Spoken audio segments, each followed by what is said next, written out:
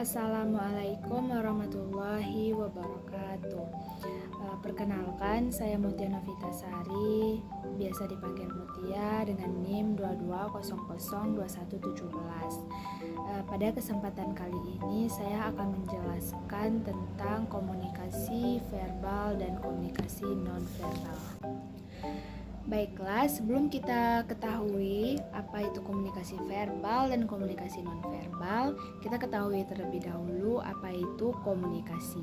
Komunikasi adalah proses penyampaian informasi, ide, gagasan, ataupun pesan dari seseorang bahkan ke sekelompok orang sehingga terjadinya suatu interaksi.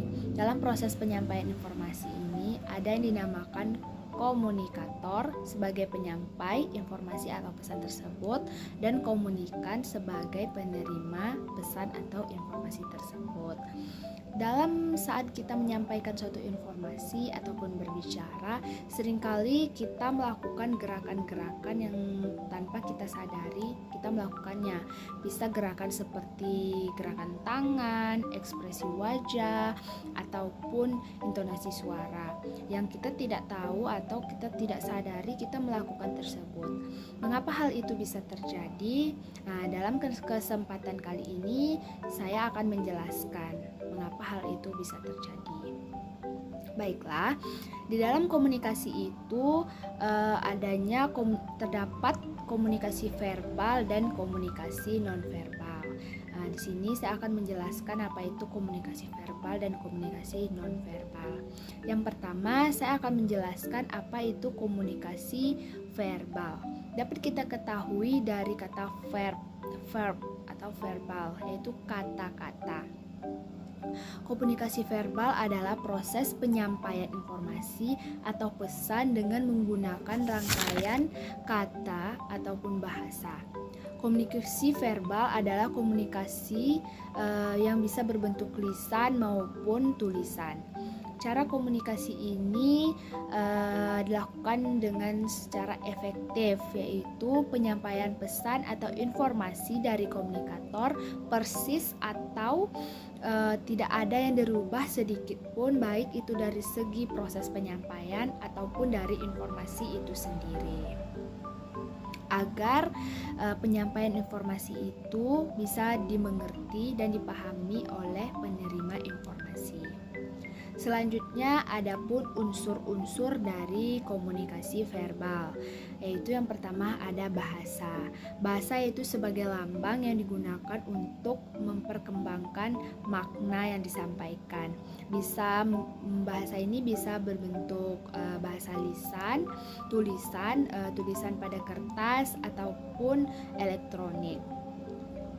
Adapun menurut L. Barkey mengungkapkan bahwa bahasa mempunyai 3 fungsi utama, yaitu yang pertama sebagai fungsi penamaan atau penjulukan yang merujuk pada usaha mengidentifikasi suatu objek atau tindakan. Yang kedua ada fungsi interaksi, yang artinya di mana manusia bisa saling berbagi gagasan, ide, informasi, emosi, rasa simpati, rasa marah, rasa pengertian, dan lain sebagainya. Yang ketiga, bahasa berfungsi sebagai transmisi informasi, ya di mana informasi itu disampaikan kepada orang lain, baik secara langsung maupun tidak langsung, ya, atau melalui media komunikasi.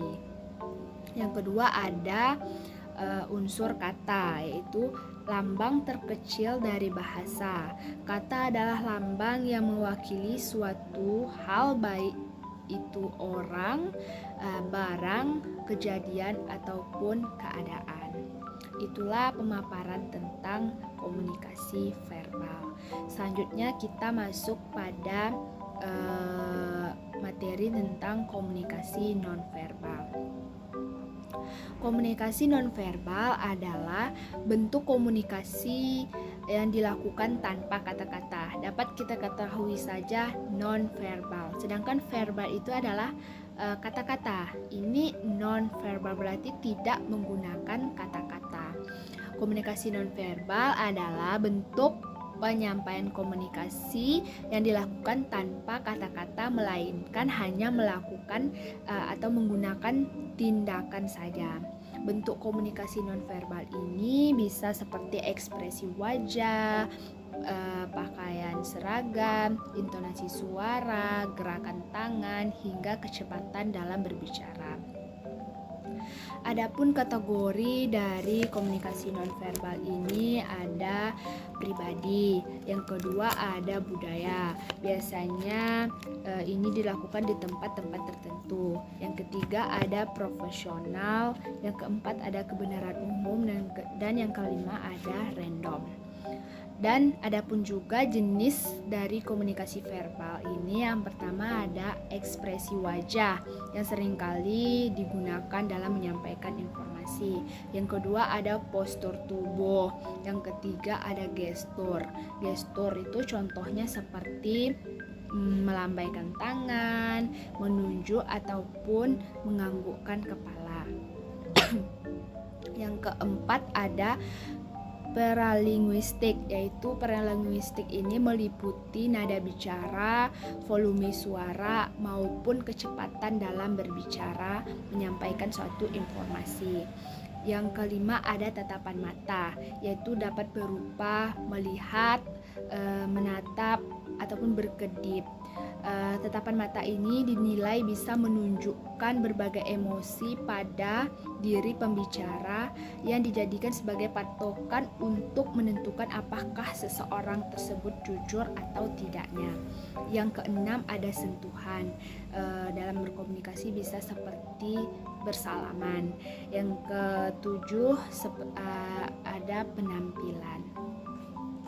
Selanjutnya adapun fungsi-fungsi dari komunikasi nonverbal, yaitu yang pertama ada repetisi, yaitu mengulangi gagasan, informasi atau pesan yang telah disampaikan secara verbal atau mengulangi maksud dari komunikasi verbal.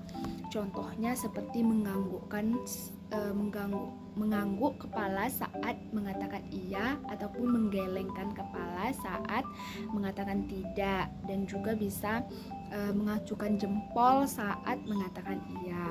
Yang kedua ada fungsi substitusi, yaitu menggantikan kata verbal dengan nonverbal, artinya tanpa menggunakan kata atau menggunakan sepatah kata pun.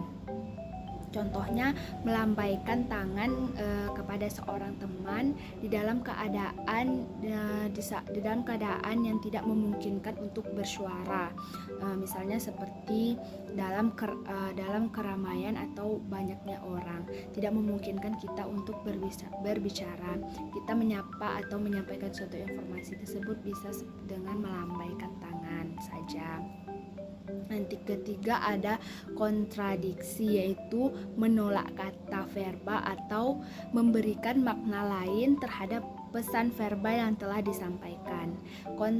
Kontradiksi ini berfungsi sebagai humor ataupun sindiran.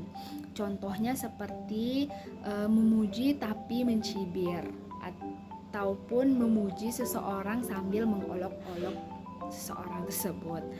Dan yang keempat ada komplement, yaitu memperkaya makna dari pesan atau informasi. Dan yang terakhir ada aksentuasi, berupa penegasan pesan verbal dalam menggunakan isyarat nonverbal. Contohnya seperti seorang yang seringkali memberikan ekspresi yang marah ataupun kesal, seringkali membanting benda, memukul meja, ataupun lain sebagainya. Hanya itu yang dapat saya sampaikan dari materi tentang komunikasi verbal dan nonverbal ini. Kesimpulan yang dapat ditarik dari materi ini yaitu bahwa komunikasi itu tidak akan terjadi tanpa adanya komunikator dengan informasi yang akan disampaikannya dan komunikan sebagai penerima informasi. Dapat kita ketahui dalam penyampaian informasi itu tidak hanya dengan kata-kata saja, tetapi juga bisa dengan menggunakan menyampaikan gerakan dan tindakan seperti gerakan bahasa tubuh yang telah kita sampaikan tadi, seperti gerakan tangan, ekspresi wajah, intonasi suara, dan lain sebagainya. Pada masa sekarang, komunikasi seringkali dilakukan dengan cara penyampaian pesan melalui media komunikasi, bisa seperti telepon ataupun chattingan, tanpa adanya pertemuan langsung. Dengan adanya sistem komunikasi seperti itu, dengan adanya chattingan ataupun teleponan, yang menyebabkan terjadinya suatu kesalahpahaman dalam mengartikan kata ataupun makna yang disampaikan, sehingga terjadinya kesalahpahaman.